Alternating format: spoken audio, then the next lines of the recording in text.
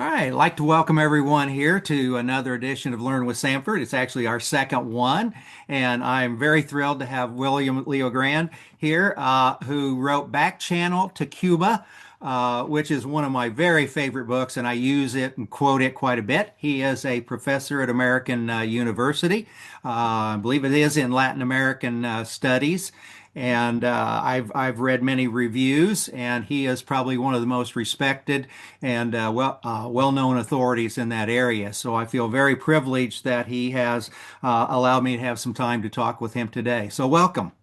Thank you. Thanks for having me on. I appreciate it. Um, you and I had talked before we started the recording here that we've got quite a connection with Cuba, but I want to start with Venezuela here and a little bit about the stability of the Venezuelan government. I think all the talk's been about oil out of there and the drug transit areas, but I'm still unclear about the strength of the Venezuelan government. So I wonder if you could share your thoughts, your knowledge on kind of the behind the scenes power. Well, there's been all this talk about regime change in Venezuela, but there hasn't really been regime change. We decapitated this regime by kidnapping President Maduro, but the most second, the, the three most powerful people below Maduro are the ones running the country now. So the basic structure of the regime that Hugo Chavez built is still very much in place. And the United States seems to be not just prepared, but eager to work with that government rather than try to install Maria Corina Machado, the opposition leader who was key to the opposition campaign in the 2024 election, that the opposition almost certainly won and that Maduro stole. So it's this is not about on the U.S. side, not about a transition to democracy, so far as we can tell, at least thus far. It's about maintaining order in Venezuela. And President Trump himself said just the other day when someone asked him, why aren't we in favor of putting the opposition in power? He was very clear. He said, "Do you remember a place called Iraq where we fired everybody in the regime and then it descended into chaos?" He said, "I don't want to do that again." So, stability and access to Venezuelan oil seem to be the top two priorities for the Trump administration in Venezuela. We haven't really seen cracks yet in the Venezuelan government. The top leadership there seems to be comfortable with reorienting itself in a way that tries to be cooperative with the United States. And that makes a certain amount of sense because the Venezuelan oil industry has been really decapitalized over the last decade or two, and it needs foreign direct investment to come in and modernize it. And the United States, obviously, can be a major source of that direct foreign investment. So I think even President Maduro would have been happy to have U.S. oil companies come in and help him rebuild the oil industry. It's just that we had sanctions on the country and they couldn't do it. Now the sanctions are being removed, and we'll see whether U.S. oil companies think it's sufficiently profitable to invest $100 billion in Venezuela. I think, frankly, that the current price of oil and the expense of getting Venezuela's very viscous oil out of the ground is going to really limit how quickly U.S. companies are willing to invest. The one of the things that I had read is that there had been some discussion apparently in the especially with Rodriguez about doing some privatization even before the taking of Maduro. And you and I both know the situation in Cuba, having to make these kind of decisions. Have you heard anything of that there might be some desire to move a little bit more for the foreign investment and privatization You mean in in Venezuela? Venezuela? Yeah, we'll talk Well, Cuba later, but yeah, yeah, I but in think so. Venezuela. I do think so. The privatization of the oil sector would probably provide the kind of reassurance that foreign investors need to be willing to go in there again. So the Venezuelan oil companies were nationalized in 1976, long time ago. Then in 1990, the rules on direct foreign investment were really relaxed a lot. And so a lot of foreign investors came in there. They invested a lot. It was a very productive time for the Venezuelan oil industry. Then Chavez came in and he put a lot of restrictions on those companies again. Most of them withdrew from the country as a consequence of that. And the oil industry, not being run by professionals, but being run by political appointees, really deteriorated dramatically so that now oil production in Venezuela is only about 25% of what it was before Chavez came to office. So I think privatization is in some form is an obvious way to attract foreign investors back to the country and get the oil sector really moving again. And they lost a lot of engineers and a lot of knowledge and know-how that you've got to try to bring back in to be able to run those. Just an oil company coming back in isn't going to be enough. You've got a lot of resources and you have a lot of infrastructure that has to be built. The other thing then that, as I was mentioning to you earlier, the New York Times had an article about kind of all the different organized I'll call it militarized groups, gangs, and so on, that the Chavez Maduro government, and I'm like you, it's always been more of a Chavez. What do they call them? Chavistos, or how do you pronounce that? Chavistas. Chavistas. Yes, that almost the government is a coalition that has helped kind of keep the lid on all of these groups, kind of a loose alliance. So security wise, is this a potential real problem that oil companies say, well, I just don't know if anybody can control them? Absolutely. And some of the oil executives have said as much that they don't feel like it's really a secure environment, either legally speaking or just in terms of political stability. And it'll take some time No. to demonstrate to potential investors that the current situation is politically stable. I mean, we're not even clear that the relationship between the United States and this government is really stable. Marco Rubio has talked about a transition in the future, and I think he's probably committed to having some political reorganization that allows the opposition to contest for power. The people who are supporters, followers of Hugo Chavez and Maduro, they're not going to be in favor of that. And the army's probably not going to be too keen on that either, because the opposition has threatened accountability of the army. The army, I think there's no doubt about it that there are a number of people in the armed forces of Venezuela who, at the very least, were turning a blind eye to narcotics trafficking through the country. And so those people have to worry that an opposition government will come after them. And so convincing the armed forces that it should allow the opposition to come to power is going to be a very iffy thing, I suspect. Well, I'm interested to hear you say that because I can't get that out of my mind. Just thinking back of teaching history, looking at these kind of things, as long as that military and security forces are strong, it's very difficult for a democratic government to make much headway because there's just too much money and power invested.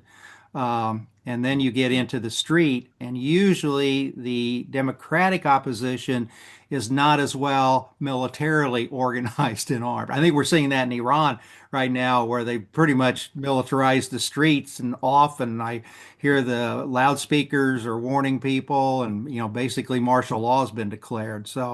Um, so I think yes, there's a lot of unanswered questions certainly in an adventure like this. Let's talk about Cuba now a little bit because I think Marco Rubio said Cuba's next, and Trump did too, which we hear a lot of things said, but not everything is always done the way that it was said. The the issue is Venezuela certainly didn't really replace, but was a means of helping support financially and with oil the Cuban government. Um, what is your knowledge of the impact on Cuba now with Venezuela possibly not giving them any oil and also losing money from the security forces? If the doctors, medical personnel, advisors that were in Cuba are made to go, that's probably a considerable amount of money or not for Cuba. Well, Hugo Chavez, right after he became president, signed a deal with Cuba of doctors for oil. So Cuba sends medical personnel to Venezuela, mostly to provide services in poor areas that were pro Chavez, and Venezuela paid for those services with low cost oil. Venezuela recently has been providing about 25%. And then the estimates are different. They could be anywhere from about 15 to 25 or 30% of Cuba's oil consumption. So that's a substantial part of it. That's the main supplier, the main external supplier of Cuban oil. And the Cubans don't have the foreign exchange currency to be able to buy that much oil on the world market. So it's a real blow to the Cuban economy if, in fact, Venezuela is not going to send Cuba any more oil, as the United States apparently is going to try to enforce by having a naval task force off the Venezuelan coast intercepting oil tankers. There's really not anything the Cubans can do other than to tighten their belts even further, and they already are not don't have enough oil to keep the lights on all the time, and hope that some of their other friends around the world will chip in and try to make up at least some of the difference. So Mexico now provides a significant amount of oil, second only to Venezuela, and with a similar deal. There are doctors serving in Mexico now. Russia provides a little bit, not a huge amount, but a little bit. They could provide more.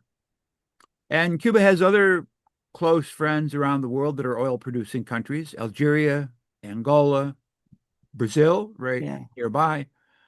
So if all of them put in a little bit, it begins to close that deficit. But there's no way around it. The next year, 2 years, 3 years are going to be really tough for the Cuban economy and consequently for the standard of living of ordinary Cubans. The I was there in December, and I think I saw something. You were just recently in Cuba. I was there in December as well. Oh, okay. Um, the contrast. My first trip was in 2014, so I've seen tremendous changes take place as the years have gone by. And this last trip in particular, I never thought I would see so many luxury SUVs down there. And because the private enterprise is doing extremely well. I did even see a Cadillac Escalade. I saw a brand new red Ford Mustang and a big Dodge Ram.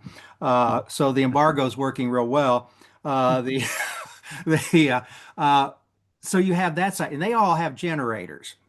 But yes, the blackouts were just popping all over, and the whole western half of the island went down during one of the days that I was there.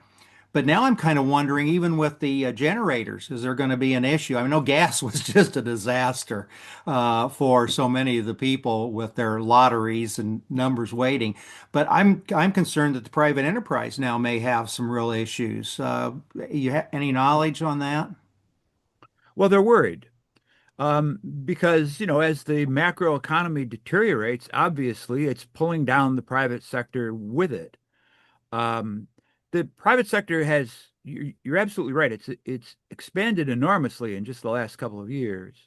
It was 2 years ago now that the government legalized private retail enterprises. And today, most basic consumer goods are being sold through those private retail outlets, but they're being sold at world market prices because it's all imported goods. Yes. And if, as a Cuban, if you don't have access to dollars somehow, your peso salary is not enough to buy those goods. And so you're living off what you're getting on the ration card at subsidized prices. And there are constant shortages in those stores that provide that ration subsidized goods. So you're developing a real um, inequality on the island between people who have access to dollars either because they get it from their relatives or because I mean, artists, for example, they can sell their work abroad for hard currency, have some access to dollars. People working in certain sectors that earn hard currency are paid part of their salary in hard currency. But other people who for whatever reason don't have access to any hard currency or are retired and living on a pension, um, their economic situation has just been getting consistently worse for the past couple of years. Yeah, I was really kind of in shock. Yeah, how bad it was in some of the spots down there. The Your point well taken about the remittances. If you've got access to the U.S. dollars, and I know, you know, originally going down there, you couldn't use U.S. dollars, and now they just please, please, I want the U.S. dollars. The the other concern. Let's talk about the Cuban government now. I think one of the things there is there any opposition that could rally the Cuban people? I don't hear or see, and when I'm down there, I don't hear any names. I know you're much more in tune. Is there anybody that people might rally around? No. Um, Make no mistake, there is widespread discontent with the government. There's a general feeling in the population that the government has been inept in the way it has dealt with the economic crisis, really ever since COVID, I would say. Mhm. So in terms of sort of just latent discontent, frustration with the government, it is ubiquitous, really. But there's no organized opposition to the government. And that's one reason is because the government makes it very easy for you to leave if you're unhappy. Yes. And that's been the tradition in Cuba. When the Cuban economy goes into crisis, Cubans don't rise up, they leave and typically come to the United States. And there have been historical waves. 1965, there was a boat lift from Camarioca port. 1980, of course, the Mariel boat lift. 1994, the rafters crisis during the Clinton administration. And then just since COVID, a million plus, probably close to 1.5 million Cubans have left the island, mostly coming to the United States during the first Trump and then the Biden, well, more the Biden administration, actually, because it's mostly a post-COVID phenomenon. Um, and for the handful of people who have really tried to organize an opposition and been persistent even when faced with harassment by the security forces, they get arrested and some of them are in jail. So the opposition is either in Madrid or in Miami or in prison. Yeah, I think there was an artist just here recently released, but he was exiled, so they get rid of him. When I tell people that, how many Cubans are leaving, and then I had this last trip, some of friends I've made down there, they told me the last time that they didn't know if I would see them, and some of them were gone. Mhm. And I wonder each trip I go down, who's going to be left. But people are shocked. They think I think, the Cold War time period with the Berlin, with the wall, and everything. No, you're exactly right. No, you're discontented. Get away. Go away. So I'm wondering, are we going to see things don't change, an even bigger migration for people that can get out because of the situation now with Venezuela? Well, the problem, of course, now is that they can't come to the United States, That's yes, true. right? And that's typically where Cubans would come. Now, Yeah. they could conceivably still get on boats and homemade rafts and try to make it to Florida. That's an incredibly dangerous trip, of Yeah. course. Um,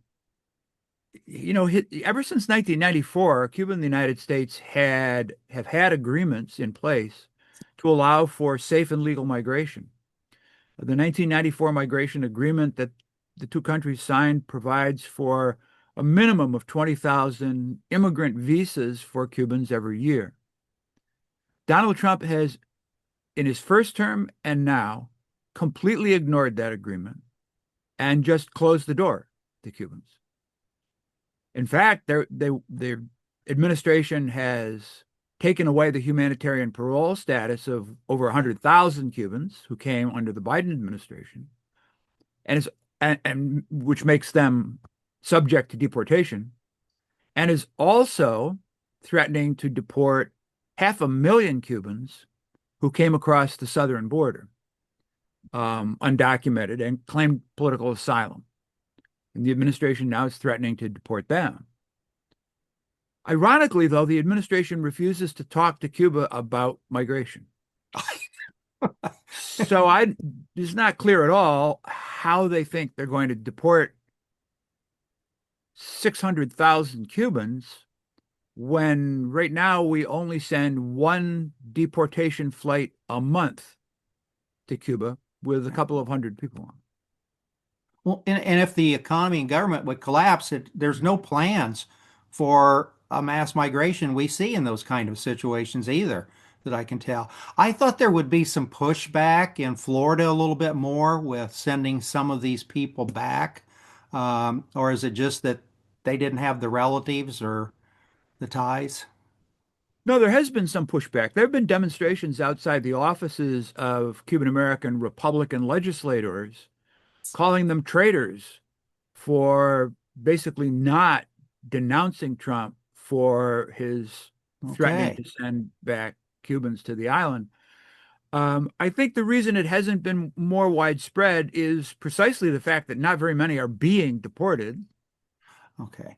And well, I think that's primarily it. I mean, the people are just not actually being deported. Notice you haven't seen ICE raids in Miami. That's true. That's true. Yeah, that's a very good point. Um, we know where the Electoral College is, don't we? Florida. Exactly right. I wanted to ask you about Diaz Canal. I always hear about that there's still some old guard behind the scenes, kind of running the show. Um, but as you said, when I was down there, constant, no matter where I went, people were telling how thankful they were to see me. And then when I'd say, oh, well, it's my eighth trip, and they just go, oh, it's like they want to bow, kiss my feet or something. They're so thankful and they want to talk because they know something about Cuba.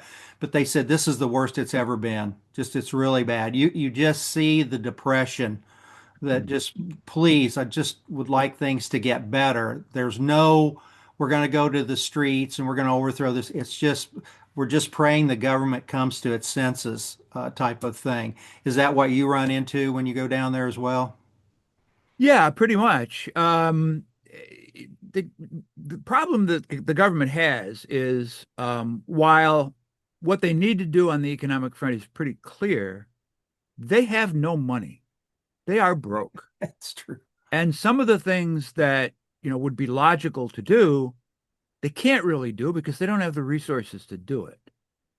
Any other country in the world that was trying to implement a structural adjustment economic program to sort of get the macro economy right would have support from the World Bank and the Inter-American, or the IMF, the World Bank, and in Latin America, the Inter-American Development Foundation. Cuba can't access any of those.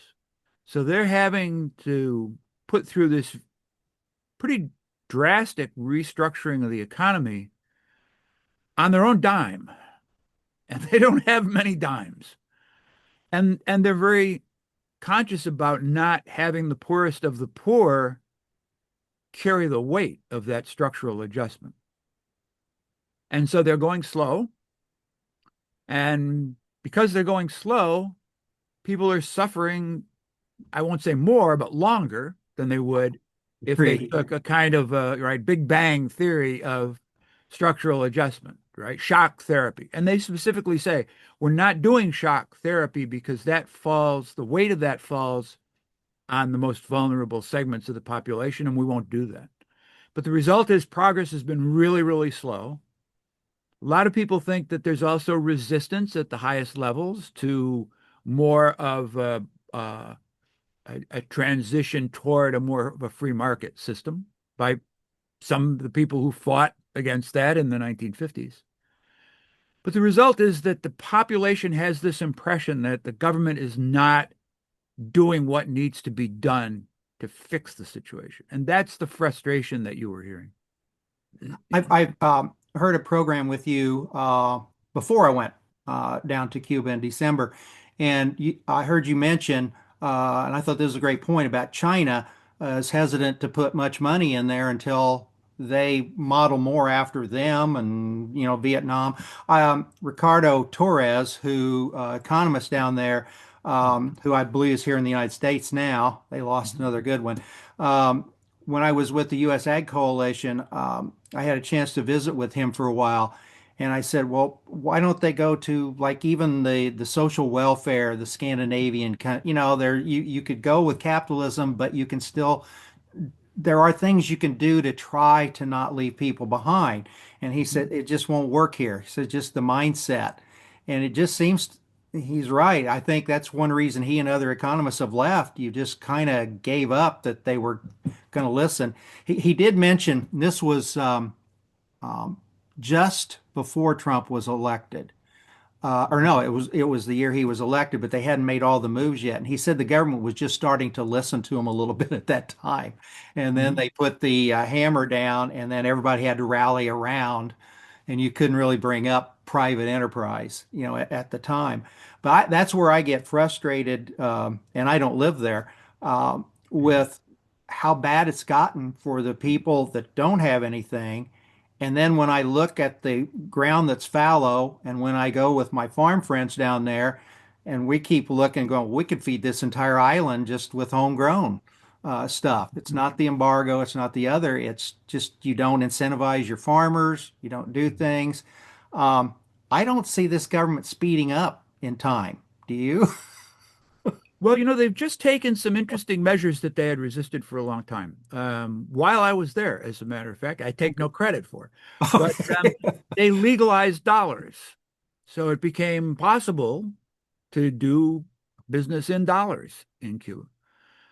Whereas previously you had to go through this, you had to find someone who will exchange money for you at a Yes. normal rate, and as opposed to the official rate, which was about 25% of the street rate.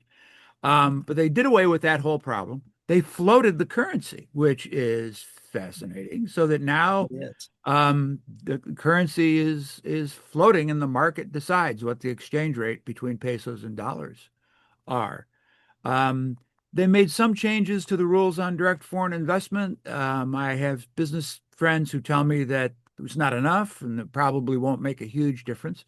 But the situation is so bad right now. I mean, it'd be hard to imagine why a foreign investor would put a lot of money into Cuba, given the current situation, the deterioration of the infrastructure, and so on. The agricultural situation is an interesting one because Vietnam and China were able to, you know, develop and build capital out of agriculture because they were agricultural countries. Cuba is not an agricultural country. It has great endowments for agriculture, which is why it led the world in sugar production for a century. But it doesn't have many farmers. It's 70% urban population in Cuba. And they don't have enough farmers who are interested in large scale farming. So that's a place where if they're going to really rehabilitate the agricultural sector, not only do they have to change some of the rules to really create incentives for production, which you're right, they haven't done well, but they need to attract foreign investors to come in and build more agro-industry, which doesn't require large numbers of labor on the land because they just don't have large numbers of people who are farmers or who are willing to go be farmers. And that's what I heard, yeah, down there, just the frustration. They said they don't incentivize. Why would I be a farmer with the amount they're going to take and the product they're going to take? There's just no incentive. So as you said, the people are well aware of the issues and the problems, but Mhm. it's more frustration. Let's Mhm. two final things I want to talk to you about. One is I think it was the Miami Herald that did some of the papers that came out and on the military, and Mhm. that they have billions of dollars. And I know I hear this everywhere I went. Military's building five-star hotels everywhere, and there's nobody in them. They kept repeat. Of course, you can see the five stars everywhere, but they don't stay five-star long because then there's no effort to really maintain a lot of these as time goes along. And so I'll see some of them deteriorate over time. But tell us more about the military and the situation down there with that and their So investment. yeah, so there's the military has a sort of a conglomerate called Gaesa. It is a holding company of a number of different other enterprises concentrated mostly in the tourist sector of the economy, but also in import export and some retail sales of imported goods. Um, it probably is the predominant source of hard currency earnings from the government. Um, Tourism, of course, was one of the very biggest sources of hard currency. And because the military conglomerate runs about probably around 60% or so of the tourist sector of the economy, they were earning lots and lots of hard currency. And well, the problem today is that tourism is down about 75% from what it was pre-COVID. COVID wiped it out, of course, and for 2 years, there was basically no tourism because travel was closed. But the Cuban tourist sector has not recovered in the way that its competitors in Mexico, Dominican Republic have recovered. And now, with the economy being as bad as it is, with garbage in the streets, with blackouts constantly, with food shortages, even in the hotels, Yeah.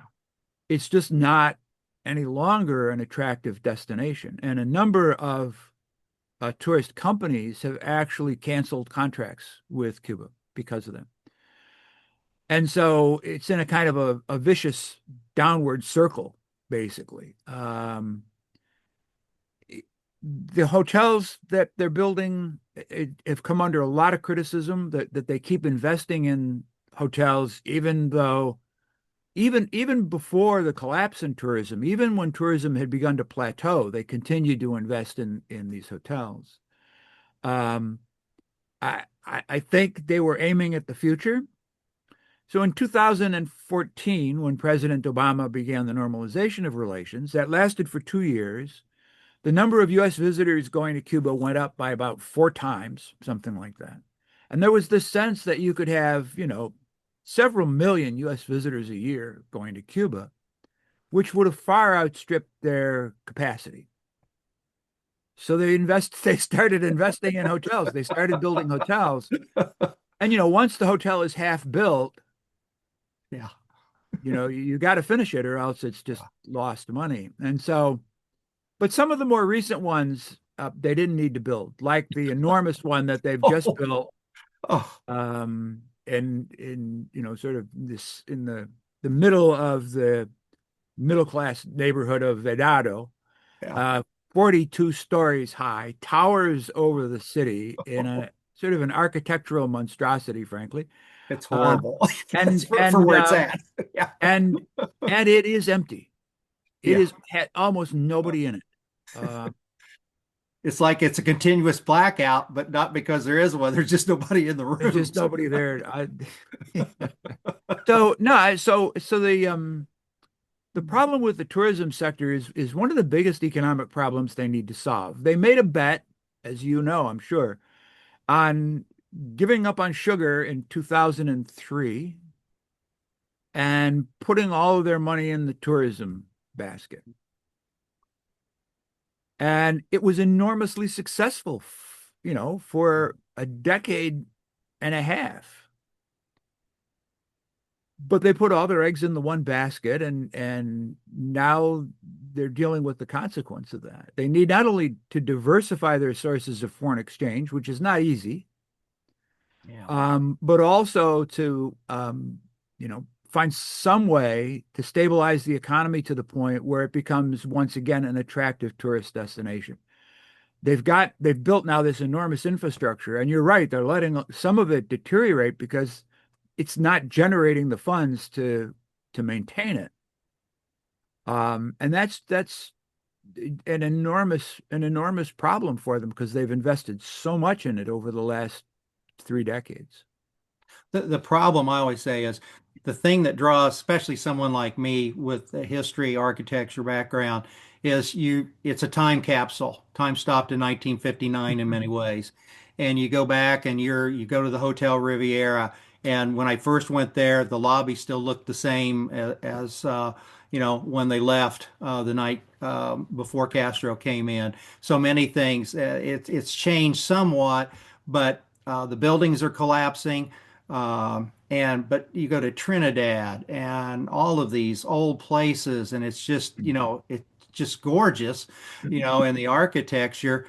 But as it falls apart and times change, you may lose some of that tourist draw. But let's finish with China and Russia because those are two countries I know here in the United States we're very interested on their influence, both in Venezuela and in Cuba. So, what can you tell us that you've learned or know about? Let's start with Russia's footprint in both countries. So the Russians have not been as prominent in Venezuela as in Cuba. The Chinese have really been in the forefront there, mostly commercially speaking. The Russians have a closer relationship with the Cubans than the Chinese do, I think it's fair to say. Um, Putin, when he became president, decided that he was going to try to rebuild Russia's global influence Mhm. and reconnect with old allies. And Cuba was high on the list. And so gradually over the last 30 years, well, 25 to 30 years, the Cuban-Russian relationship has gradually been rebuilt commercially, not to anything like what it was in the Soviet period, but gradually has been rebuilt commercially and politically. And they talk about now their strategic partnership, which includes some military cooperation, although limited, and some intelligence cooperation. So the Russians are seen as one of Cuba's closest global allies at this point. Cuba has been circumspect in how it talks about the invasion of Ukraine.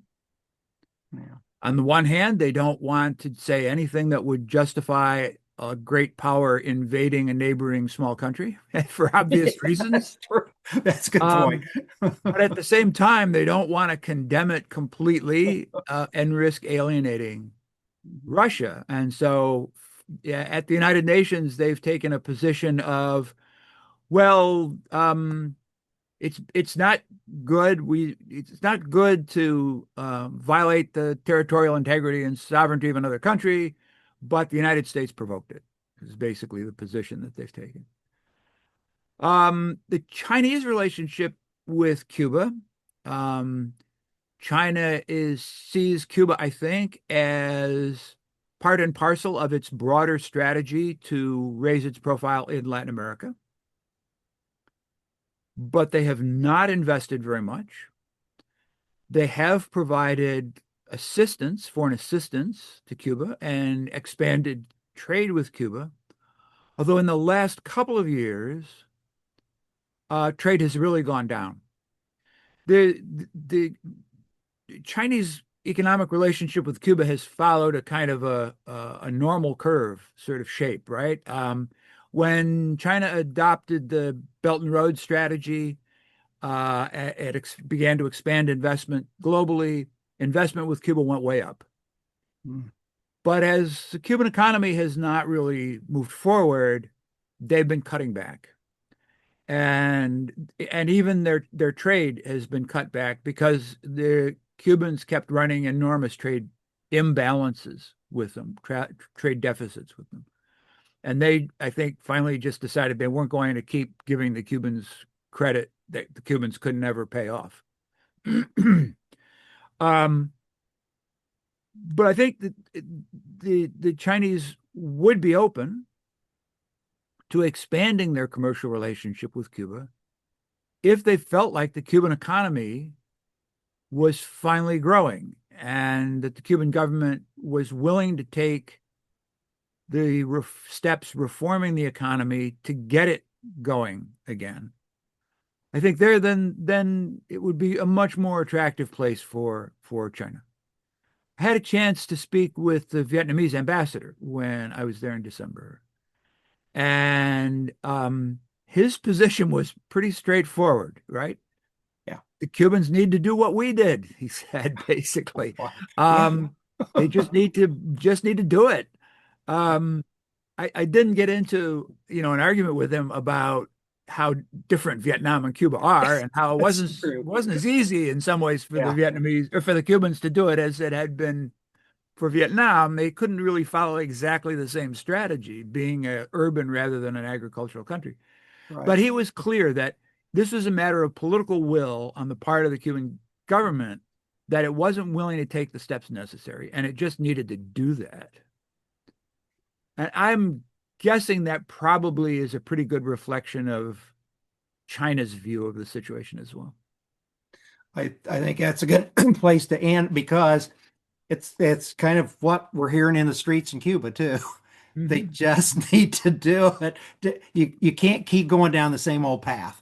And I constantly hear this. We just need more freedom and it's not freedom to vote. It's just freedom to invest, you know, products, open up. I constantly hear this larger businesses, the big Mhm. companies in manufacturing. And having been down there with the US Ag Coalition with people from various businesses, I know there would, and I know it's the embargo is our headache, but there could be just such a great matching between the two countries that it just breaks your heart that you can't just wave that embargo away because the U.S. flags are still down there. They still love Americans. They hate government policy, but I just think there could be such a warm relationship if the people that have the emotional hatred could get out of the way and let some more rational thinking. So, anyway, that's my final editorial comment. Any last comments you would like to share with my audience? Well, President Trump said just the other day, the Cubans better make a deal before it's too late. I hope the Cubans will say to him, well, what are the terms of the deal? Let's sit down and talk about it. I'm not sure what Cuba has to offer other than we'll have a vote. Well, this is the thing, of course. Cubans don't have oil I know. we can exploit. But it's Oh, interesting that that's the first time yeah, that President Trump has opened a door potentially that's a good point. to some kind of dialogue with Cuba. Since last January, there has been no diplomatic dialogue between the United States and Cuba. And what dialogues were underway on issues like migration, the United States cut off, I presume, at the behest of Marco Rubio. So if the president's really willing to entertain a discussion with Cuba about some kind of deal to improve relations, I suspect the Cubans would be open to at least hearing what he has in mind. That's a very good point. I kind of wondering if it's a second administration because I don't think he really necessarily cares who the next president is per se. If he could say, I'm the one that ended all this failed policy for over 60 years in Cuba as he goes out the door, if he does go out the door, uh, that would be a feather in his cap. I mean, I see what you're saying. I see some dynamics that could be interesting, I think, particularly in the second part of his administration. When he's interested in what's in his mind Yeah. serves the interests of the United States, pretty much regardless of anything else. It's a very hard realist kind of position, right? We're not in the business of exporting democracy. We're in the Yeah. business of America first, right? Of doing things Yeah. that serve the interests of the United States.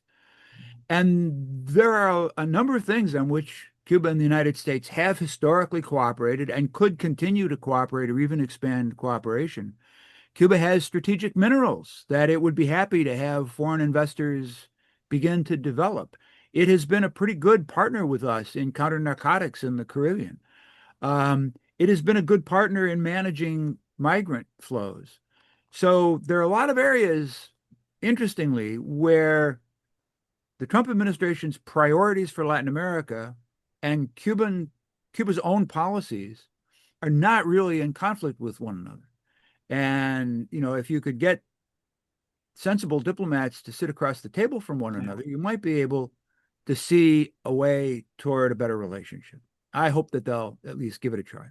Beautiful country, and yeah, I think Americans would just love. I mean, there'd be, as long as we don't exploit there. Yeah, that's always the fear over there. But yeah, I think it would be mutually beneficial. And I know here in Illinois for agriculture, we would like to get back to selling all of our corn and soybeans they used to buy. So, all right. Well, Dr. LeGrande, thank you so much for joining me. It's been a real honor for me because of your distinguished career and have a chance to hear your insights and thoughts. So, thank you so much for joining me today. Well, thank you and keep up the good work.